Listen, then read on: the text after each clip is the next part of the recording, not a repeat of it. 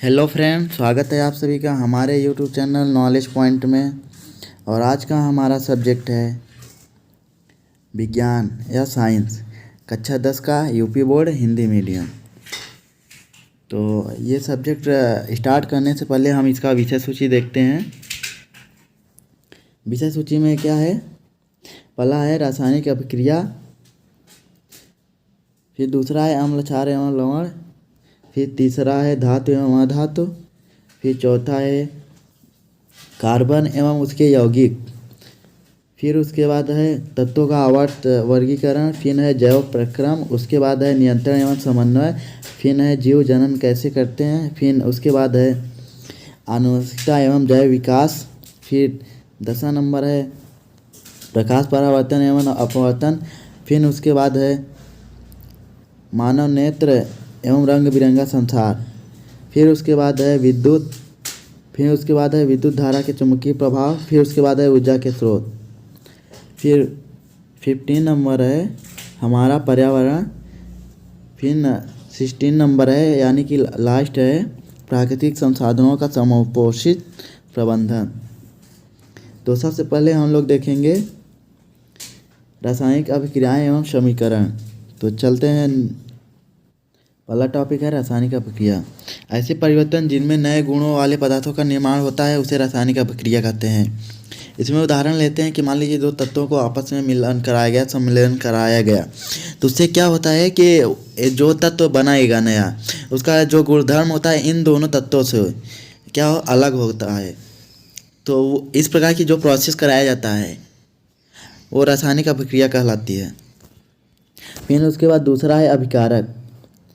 अभिकारक क्या होता है कि मतलब ऐसे पदार्थ जो रासायनिक अभिक्रिया में भाग लेते हैं, यानी जिन दो तत्वों को हमने रासायनिक अभिक्रिया के लिए लिया था वो दोनों तत्व क्या कहलाते हैं? अभिकारक कहलाते हैं।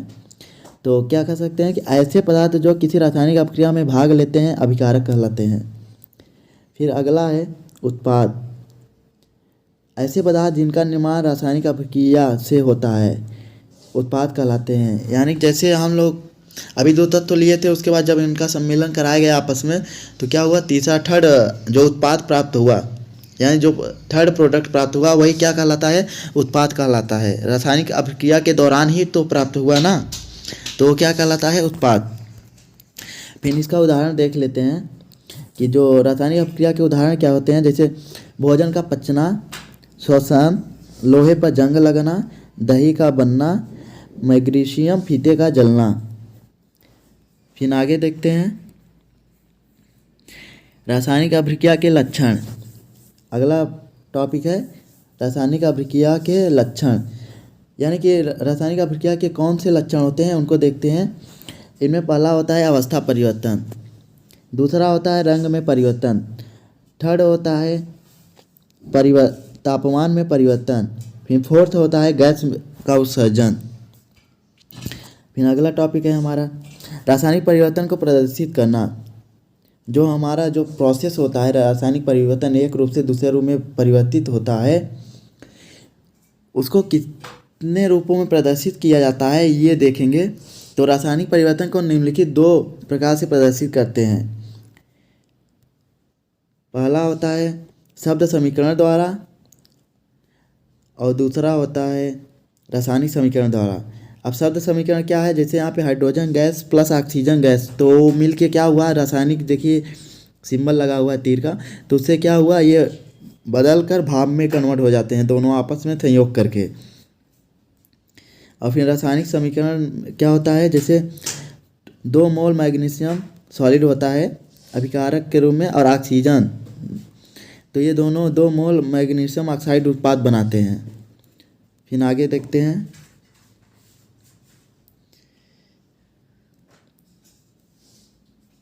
रासायनिक समीकरण। ऐसा समीकरण जो किसी रासायनिक अभिक्रिया को प्रदर्शित करता है रासायनिक समीकरण कहलाता है। अब इसको देख लेते हैं। इस यहाँ पे एक रासायनिक समीकरण है, उसका फिर हिंदी अनुवाद भी है। 2 मोल मैग्नीशियम तत्व लेते हैं, फिर प्लस ऑक्सीजन 2 मोल, फिर इसका 2 मोल मैग्नीशियम ऑक्साइड बनता है सॉलिड। यहाँ पे ये मैग्नीशियम है, ये ऑक्सीजन है, और यहाँ पे 2 मोल मैग्नीशियम ऑक्साइड बनता है। अब इसका हिंदी अनुवाद है, ये जो है इसका हिंदी अनुवाद है। मैग्नीशियम तथा ऑक्सीजन ऐसे पदार्थ हैं जिनमें रासायनिक परिवर्तन होता है, इन्हें अभिकारक कहते हैं। इस अभिक्रिया में से एक नए पदार्थ मैग्नीशियम ऑक्साइड का निर्माण होता है, उत्पाद कहलाता है। यानी जो बनता है ये क्या उत्पाद कहलाता है या प्रोडक्ट, इसी को बोलते हैं। फिर अगला टॉपिक है रासायनिक समीकरण लिखना। रासायनिक समीकरण लिखना, रासायनिक समीकरण में अभिकारकों के उत्पाद में परिवर्तन को उनके मध्य एक तीर का निशान लगाकर दर्शाया जाता है। यानी कि जो अभिकारक होते हैं, जैसे ये दोनों 1 2 ये अभिकारक है, इनको ऐड करके यहाँ पे जो उत्पाद होता है, यहाँ पे देखिए एक सिंबल बना हुआ है और फिर ये प्रोडक्ट आ गया, यानी कि उत्पाद है। अभिकारक मैग्नीशियम और ऑक्सीजन अभिकारक हैं यहाँ पे, और ये जो मैग्नीशियम ऑक्साइड है ये उत्पाद है। तो यहाँ पे क्या कह रहा है कि रासायनिक समीकरण में अभिकारकों के उत्पाद में परिवर्तन को उनके मध्य एक तीर लगा के, यहाँ पे ये देखिए ये सिंबल लगा है, ये तीर लगाकर दर्शाया जाता है। फिर उसके आगे अभिकारक के बीच योग प्लस का चिन्ह लगाकर उन्हें तीर के बाईं ओर LHS लिखा जाता है। इसी प्रकार उत्पादों के बीच भी योग प्लस चिन्ह लगाकर उन्हें तीर के दाईं ओर लिखा जाता है। तीर का सिरा उत्पाद की ओर होता है, यह अभिक्रिया होने की दिशा को दर्शाता है। फिर नेक्स्ट चलते हैं, हमारा अगला टॉपिक है रासायनिक समीकरण को संतुलित करना। अब रासायनिक समीकरण मान लीजिए दे दिया है, उसको संतुलित करना है, और ये संतुलित किस आधार पर होता है कि जैसे द्रव्यमान संरक्षण के नियम के आधार पर होता है। क्या है कि जो हमारा अभिकारक होता है वो भी एक द्रव्यमान का ही होता है, जो भी तत्व इसमें भाग लेता है उसका भी कुछ ना कुछ तो द्रव्यमान होता होगा, और जो अभिकारक जब संयोग करके प्रोडक्ट बनाता है यानी उत्पाद बनाता है तो उसका कुछ ना कुछ तो द्रव्यमान होता होगा। तो इसलिए हम लोग इसका संतुलित करते हैं, यानी रासायनिक समीकरण को संतुलित करते हैं। इसलिए तो ये किस आधार पर करते हैं, द्रव्यमान संरक्षण के नियम के आधार पर। तो इसमें द्रव्यमान संरक्षण नियम के आधार पर क्या कहता है देख लेते हैं। किसी भी रासायनिक अभिक्रिया में द्रव्यमान का न तो निर्माण होता है न ही विनाश। रासायनिक अभिक्रिया के पहले एवं पश्चात, यानी कि अभिकारक जो होता है, पहले का मतलब अभिकारक एवं उसके पश्चात जो प्रोडक्ट है यानी उत्पाद प्राप्त होता है, प्रत्येक तत्व के परमाणुओं की संख्या समान होनी चाहिए। तो इस आधार पर हम रासायनिक समीकरण को संतुलित करते हैं। अब रासायनिक समीकरण को संतुलित करने की मेथड होता है हीट एंड ट्रायल, चरणबद्ध संतुलित करना। कई मेथड होते हैं लेकिन हम लोग यहाँ पे हीट एंड ट्रायल मेथड को इस्तेमाल करेंगे, चरणबद्ध संतुलित करना। तो पहला क्या है, कई स्टेप में है। तो पहला चरण देखेंगे कि रासायनिक समीकरण लिखकर प्रत्येक सूत्र के चारों ओर बॉक्स बना लीजिए। अब यहाँ पे देखिए ये रासायनिक समीकरण है पूरा, ये वाला पूरा रासायनिक समीकरण है। अब इसको बॉक्स के अंदर बंद कर दीजिए। अब जैसे ऐसे, अब इनमें कोई छेड़खानी नहीं करनी है इसके। अब देखिए आगे लिखा है संतुलित करते समय बॉक्स के अंदर कुछ भी परिवर्तन नहीं करना है, यानी जो हम बॉक्स बना दिए हैं इनमें कोई भी परिवर्तन नहीं करना है। फिर स्टेप 2 में देखिए, चरण 2 में समीकरण में उपस्थित विभिन्न तत्वों के परमाणुओं की संख्या नोट कीजिए।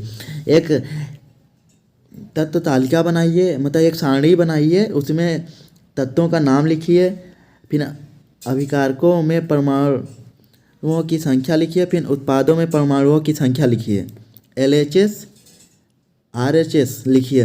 अब उसमें जैसे आयरन है, यहाँ पे फेरस है, हाइड्रोजन है, ऑक्सीजन है, तो 1 2 3 अभिकारकों की संख्या है। फिर यहाँ पे क्या है 3 2 4। तो इस प्रकार है, देखिए। फिर आगे देखिए अगला स्टेप, चरण 3 में सबसे अधिक परमाणु वाले तत्व को अभिकारक या उत्पाद की साइड में अनुचित गुणांक लगाकर संतुलित कीजिए। यानी कि जैसे यहाँ पे 4 है और यहाँ पे देखिए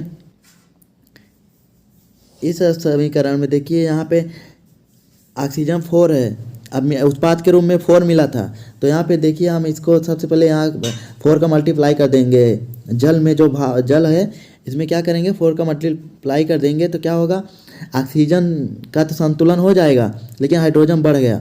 अब देखिए स्टेप 4 में स्टेप 4 में देखिए, सभी तत्वों के परमाणुओं को चरण 3 की भांति संतुलित कीजिए, यानी जो स्टेप 3 था उसी के भांति संतुलन कीजिए। अब आयरन देखिए यहाँ पे 3 था उत्पाद के रूप में, यहाँ पे 3 है तो यहाँ पे 3 से मल्टीप्लाई कर दिए, 3 से मल्टीप्लाई कर दिए। फिर यहाँ पे हाइड्रोजन कितना हो गया था, यहाँ पे जब 4 लिख दिए थे तो यहाँ पे हाइड्रोजन कितना होना चाहिए, यहाँ पे कितना होना चाहिए, यहाँ पे 8 होना चाहिए। तो यहाँ पे 4 का मल्टीप्लाई कर दीजिए, यहाँ पे 4 का, जब यहाँ पे 4 का मल्टीप्लाई कर दिए तो ये संतुलित हो गया, ये भी संतुलित हो गया। फिर तो अब देखते हैं आगे, सभी तत्वों के परमाणुओं की संख्या अभिक्रिया के दोनों ओर समान है। अब ये समान, ये मतलब संतुलित समीकरण हो गया, ये पूरा एक संतुलित समीकरण है ये वाला। तो इस प्रकार जो हिट एंड ट्रायल मेथड होता है इसी प्रकार होता है। तो इस प्रकार इसे स्टेप बाय स्टेप संतुलित किया जाता है। तो स्टेप 5 में क्या होता है, अभिकारकों एवं उत्पादों की भौतिक अवस्था लिखना। मान लीजिए किसी कंडीशन दिया है तो अभिकारकों की जो होता है और उत्पादों की भौतिक अवस्था लिखना पड़ता है, कभी कभी पूछ लेता है। तो ठोस के लिए यस लिखते हैं और द्रव के लिए एल, गैसीय अवस्था के लिए जी लिखते हैं, जलीय विलयन के लिए ए क्यू लिखते हैं। तो इस प्रकार जो हमारा मेथड था उसमें यहाँ देखिए लिखा गया है, इस रासायनिक समीकरण को देखिए, यहाँ पे लिखा गया है फेरस के लिए सॉलिड है और जल के लिए यहाँ पे गैस लिखा है ना, भाप के रूप में जल उपयोग किया गया है। और जो फेरस ऑक्साइड बनता है वो भी सॉलिड होता है। और यहाँ पे जी लिखा गया है, हाइड्रोजन गैस होता है। फिर स्टेप 6 जो है, अगला स्टेप कौन सा है, 6।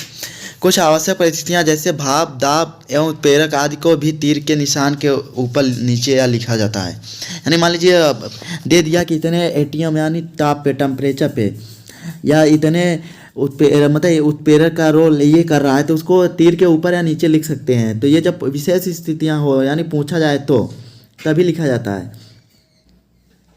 इस लेक्चर में बस इतना ही फ्रेंड, मिलते हैं नेक्स्ट लेक्चर में। जय हिंद।